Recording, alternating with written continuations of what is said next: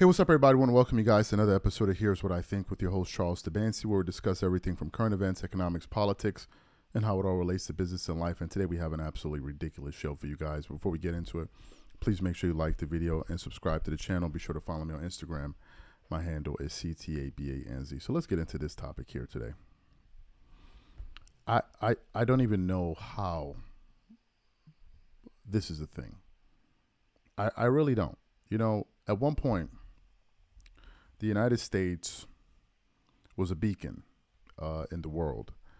They set the example for a lot of countries around the world, and a lot of people aspired to be in the States, and a lot of Americans were proud to say with their chest that I'm an American. But as time has gone on, things have become so politicized, so polarized that now it's become this thing is us versus them. It's Democrats versus Republicans. And now what you have is, and I'm giving you guys my unadulterated thoughts here, is that you have a situation in which the country is so divided, United States I'm referring to, and you have the president who seems to be under the impression that he's governing for one party, forgetting that he's governing for the whole country. That's where the president should be able to draw the distinction. Supporters in various groups, they can say, hey, look, man, I can't stand the Republicans. I can't stand the Democrats. That's one thing. But the president is governing the entire country. But all too often, we have the president making statements where it's like those liberals and this and this. I'm like, you're driving a deeper wedge in the nation when you're supposed to be bringing all of us together. That's the first thing. And I just don't understand who governs like this, where you alienate half of the country. I just don't see the sense in it. And people are relishing in it and then wondering, why is there so much friction in the United States? It's like, I wonder why. That's the first thing. I got a bit of news yesterday while I was just going through my phone, and I damn near fell out of my chair. I was like, this cannot be happening.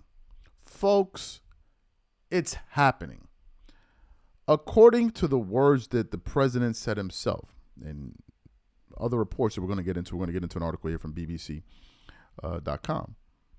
It says the White House is to host UFC event, says the president. Now, when I read the note, I was like, this is absolutely insane. And people were reading through the comments saying, this like, what is America turned into? So this afternoon, while I was preparing to shoot this video, I actually came across the sound of the president saying it himself. I believe it was in Iowa or somewhere, where he actually said this, that the White House is going to host a UFC match. And I'm like, you have to be kidding me. So for those of you who may not believe me, we want to play this sound for you now, and then we're going to come back and continue on the show. Take a listen to this here. So every one of our national park, battlefields, and historic sites are going to have special events in honor of America 250. And I even think we're going to have a UFC fight. Does anybody watch UFC, the great day in the world? We're going to have a UFC fight. Think of this, on the grounds of the White House. We have a lot of land there. We're going to build Dana's going to do it. Dana's great, one of a kind. We're going to have a UFC fight, championship fight, full fight, like 20, 25,000 people. And we're going to do that as part of 250 also. We're going to have some incredible events, some professional events, some amateur events. But the UFC fight's going to be a big deal, too. So you heard what the president had to say there. I'm speechless. I'm absolutely speechless. But I also want to read from this article and tell you what it had to say. It says, U.S. President Donald Trump says he has plans to host a UFC event at White House next year as a part of America's 250th anniversary celebration. Speaking at a rally in Iowa, Trump said UFC President Dana White will build the event, which will feature a championship fight in front of 20 to 25,000 people. The UFC are yet to officially confirm the show, but the promotions, President White shared a video of Trump announcing the news on social media with the caption, "This will be epic." The UFC Instagram account also shared a video asking followers who would like to see this event. Trump is close friends with Dana White, with the UFC chief becoming a key supporter during his 2024 election campaign. He has attended a number of UFC shows during his 2 stints as president and was most recently at UFC 316 in New Jersey last month. This is unbelievable, bro. This is unbelievable. We're talking about the bloody White House. The White House, the State House. And now they're going to host a UFC event at the White House? What's next? The circus is coming to town? Cirque du Soleil will be in town next? What is next? This is what the White House is going to turn into? And let me tell you why it makes it worse. Beyond the fact that this is going to occur. It now says that the president is using his power to do things for his buddies. Dana White is his buddy. Is his friend, obviously. So he going to do him a solid and help him promote his business and do an event at the White House? The White House. The White House. They're going to host a UFC match. And people are okay with this?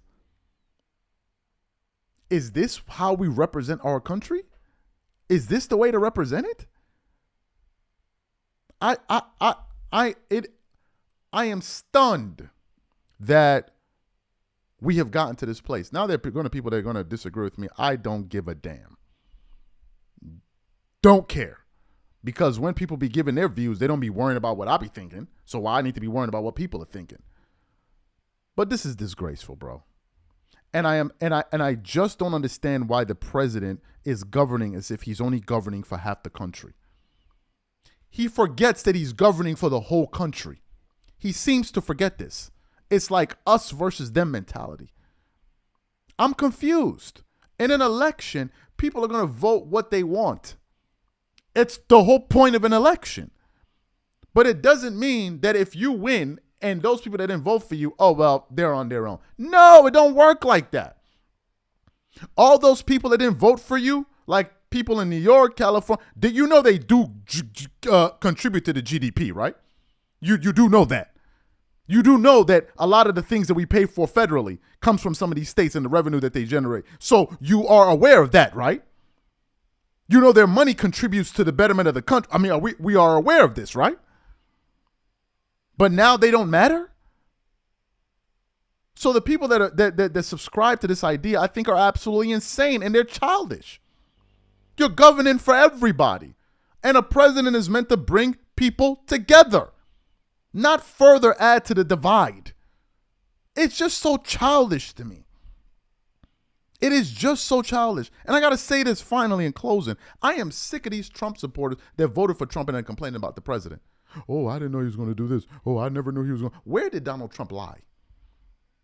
The majority of the things that he said he was going to do, he's doing them.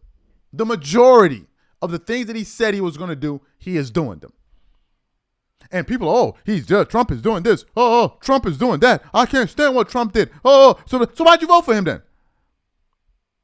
Why'd you vote for him? You acting like as if you didn't have an alternative. I'm not talking about those that voted third party or that voted for Cornel West or whoever. Why'd you vote for him then?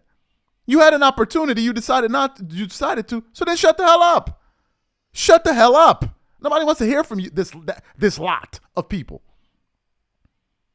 But this is what we've been reduced all the way down to. Watching UFC matches at the bloody White House. Think of all of the history since the inception of the United States. And it's been reduced all the way down to a bloody UFC match. All for money and the spectacle of it. This is what we've been reduced to.